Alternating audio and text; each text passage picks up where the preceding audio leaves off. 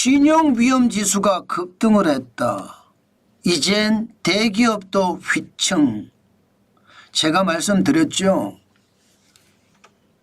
소상공인 자영업자가 굉장히 어려워지면서 이게 확장이 될 거다고, 중소기업, 중견기업으로 확장이 될 거라고 말씀을 드렸습니다. 그리고 궁극적으로 대기업으로 가리라고도 말씀을 드렸습니다. 대기업으로 갔을 때 대한민국의 위기는 이제 본격적으로 시작이 된다.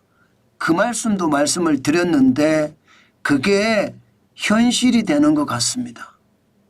와, 진짜 충격입니다. 한번 보실래요? 이겁니다. 국내은행의 대기업 신용위험지수입니다.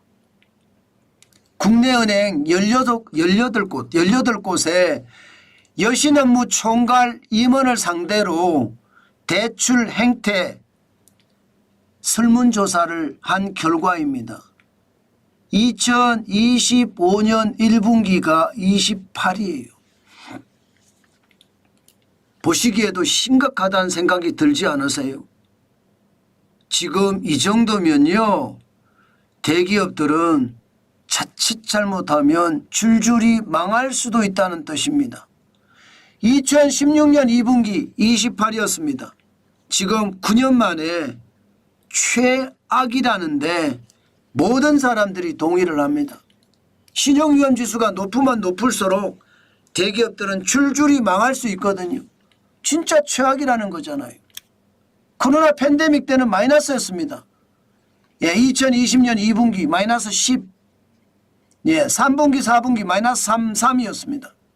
그리고 2021년 3분기도 마이너스 9였고요. 대기업의 신용위험지수가 높이 올라가기 시작한 게 2022년 4분기에 22까지 올라간 적도 있거든요.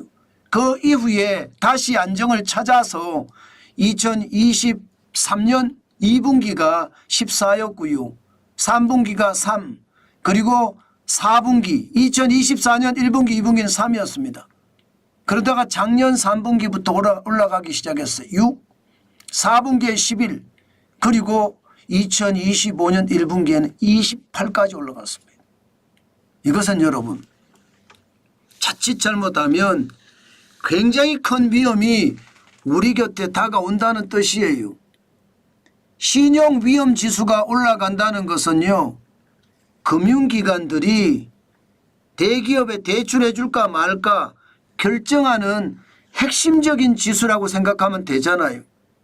아니, 대기업들도 위험하기 때문에 금융기관들 입장에서는 아니야, 대출해 주면 안 되겠어, 이렇게 생각하는 것이 높아졌다는 뜻입니다. 야, 충격적이지 않으세요? 제가 여러분들에게 계속 말씀드려왔던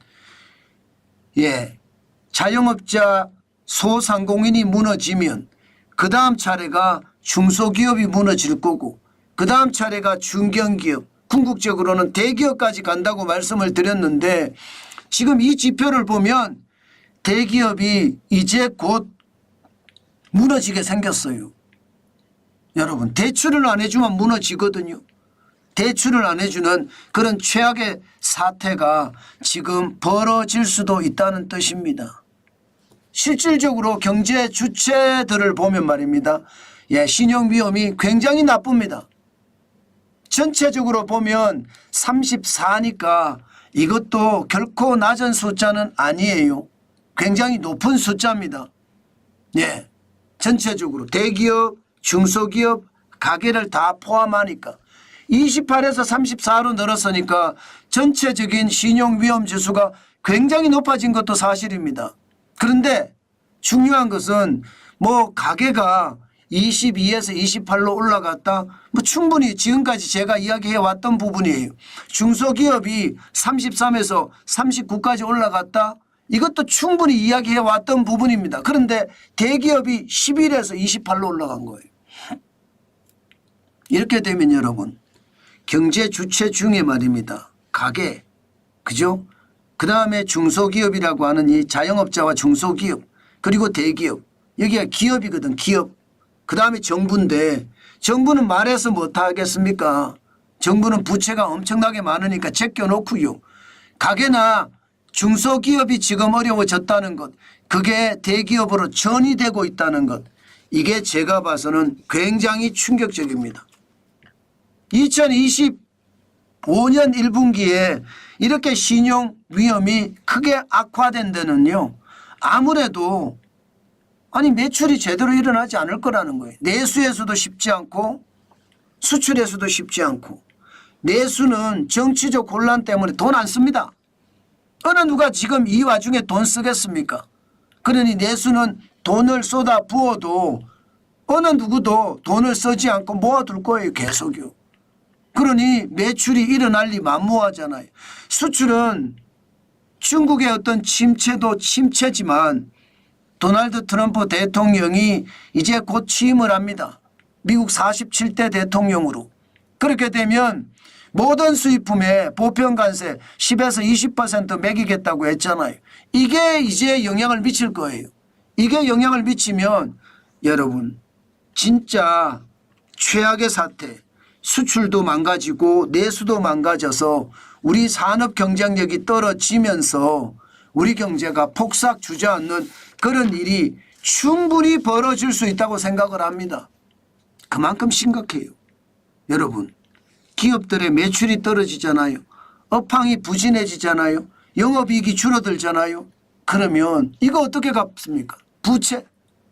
부채가 여러분 적지 않습니다. 2023년 기준입니다. 2734조입니다. GDP 대비해서도 여러분 굉장히 높아요. 예, GDP 대비해서도. 예, 전년 대비해서 증가율도 높고요. 지금 2018년에 1814조가 2023년에 2734조가 됐잖아요. 5년 사이에 50.7%가 늘어났습니다. 920조. 안 망할까요? 대출 안 해주면 기업들, 중소기업도 그렇고요. 중견기업도 그렇고요. 대기업도 마찬가지입니다. 버티지 못합니다. 재무 상황이 점점 악화되고 악화되면 될수록 더 상황이 어려워지는 것, 저는 지금 눈에 보인다고 생각합니다. 부채는 부채대로 늘어난 상태에서 매출은 매출대로 줄고 영업이익은 영업이익대로 줄었을 때 과연 대출이 기업이 얼마나 버틸 수 있겠습니까? 제가 대기업도 이제 휘청인다고 이야기하잖아요. 그만큼 말입니다. 신용위험지수가 높아졌다는 거고요. 신용위험지수가 높아진 것은 결국 업황부진입니다. 내수도 쉽지 않고요. 수출도 쉽지 않다는 뜻이에요. 이게 장기화되면 대한민국은 정말 경제가 초토화될 수도 있습니다. 저는 그게 가장 두렵습니다. 그런데 그 길로 가고 있습니다. 지금 어느 누구도 경제를 통제할 수 있는 사람이 없어요. 이대로 계속 간다면요. 그냥 그대로 박살날 수밖에 없습니다. 그만큼 대한민국은 지금 심각한 처지에 놓여 있다. 이렇게 얘기해도 여러분 틀리지 않는다. 제가 그렇게 강조해 드리겠습니다. 그만큼 우리 상황 진짜 심각하다 이렇게 생각합니다. 네,